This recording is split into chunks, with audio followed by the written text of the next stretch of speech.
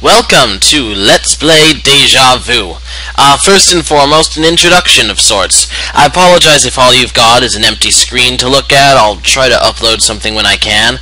I'm no longer uploading to Dailymotion, and I'm going to try a new recording method where I divide up the videos into 10-minute segments after recording a whole chunk. This means I won't have nice introductions on each video, excepting where I take breaks. And you should watch one straight through to the next, and so on. Now on Deja Vu, I chose it because it's one of the many games I played as a kid that I developed a great love for.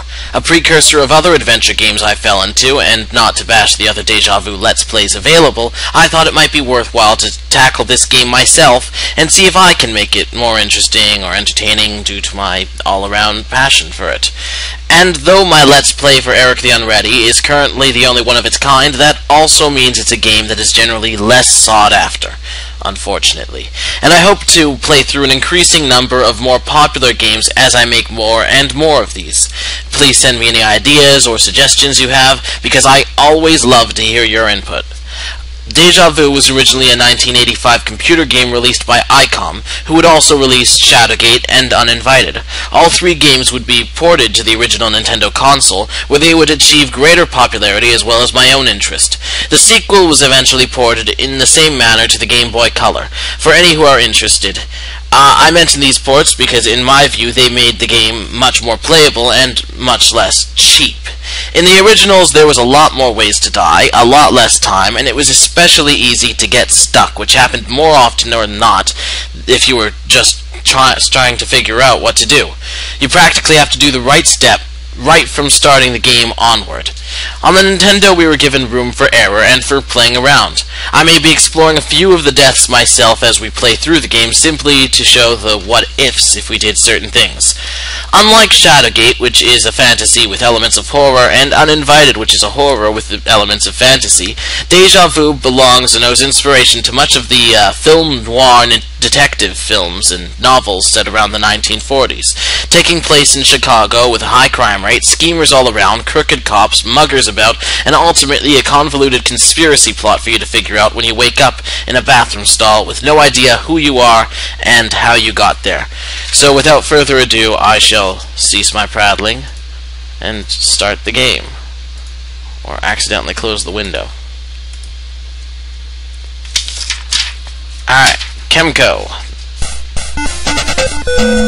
So you can hear the music is jazz-inspired, and I love the music for this game, just the way it's structured and put together. Like, what precise mood or feeling do you get from that? Like, you know that there's a mystery, that there's tangled web plots. Deja vu, a nightmare comes true. Well, and that's you. You are waking from a stupor that feels like a chronic headache after a week in Vegas. You notice your right palm is covered with dried blood, but you can neither see nor feel any wounds. You feel a sharp pain on your left forearm. Rolling up the sleeve, you find a tiny puncture on your arm. Has a doctor injected me with the medicine?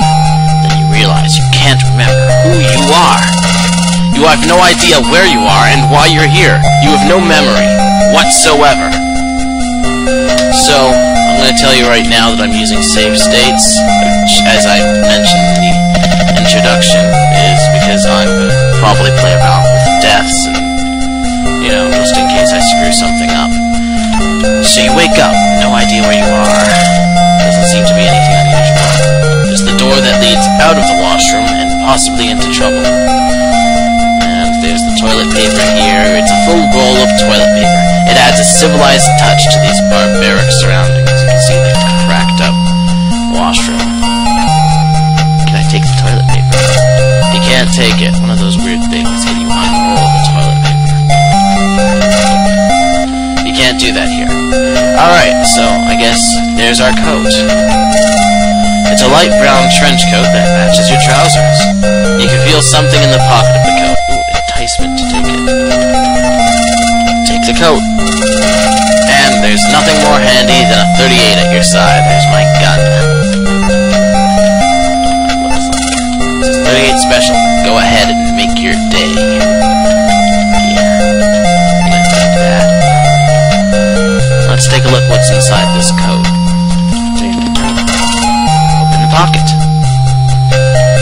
Inside the code. Now, it's always good when you open stuff to take stuff right out so you have direct access in your inventory. I mean, I know it's right in your pocket, but you can't use things directly from your pocket. So first of all, coins. Take out 7 coins. Coins will be useful because you need them to buy bullets and to take any cabs or taxis anywhere. It's a quarter. So they're all quarters in there. Take a look. Here's a lighter. It's a gold-plated lighter. It has the initials JS on it. So, way back in the day, I might have been playing this game and I would have been taking notes and writing stuff down to figure it out. JS. It's a piece of chewing gum. It's sugarless, of course. I chew that. I chew that gum. I don't think there's any real purpose. You see, you can't use what you haven't taken, so I gotta take everything out of the pocket. I'm just gonna do that now, and then I'll look at them and show you more. Now, see, I love I'm able to take all this time to do this, because in the original game, on the computer, you take too long, the police find you, and then they pin you for a murder rap. Take the sunglasses. Or sunglass. Wallet. I'm just, for my own curiosity, want to look at the hook that this was all hanging on. See if it is, like, a hotspot. It's a door. Yeah, for all you people who don't know adventure games, hotspots basically mean, like, clickable areas. So, like, one big hotspot is this door, there's a hotspot for the toilet paper. Maybe that lighthouse is a hotspot if I examine it.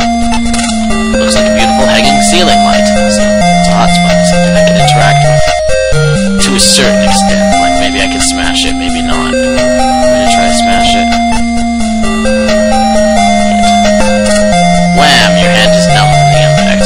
Yeah, that's like their default. Whenever, you know, they didn't program in that you can hit the light, so you just hurt your hand every time you try that.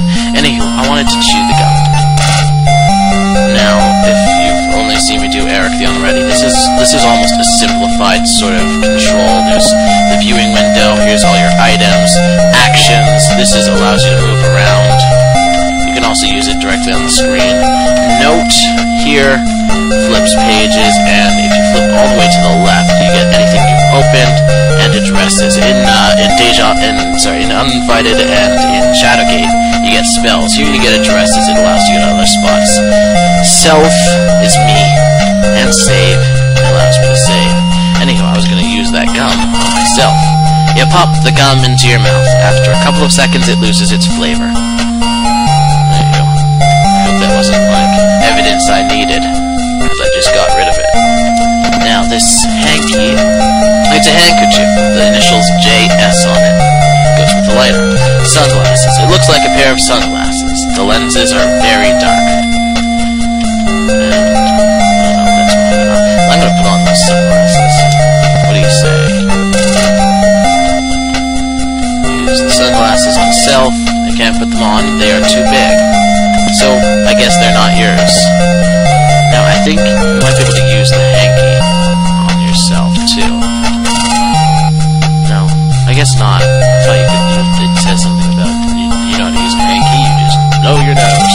Alright, wallet. It's a very fine leather wallet. It looks very expensive. Now again, we have to open the wallet to see what we see inside.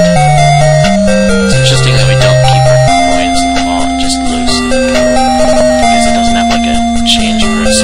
So, we can see this, key 1. It's a key with the word office inscribed on it, so this key will let me in an office somewhere. Card. It's a card with several holes punched into it.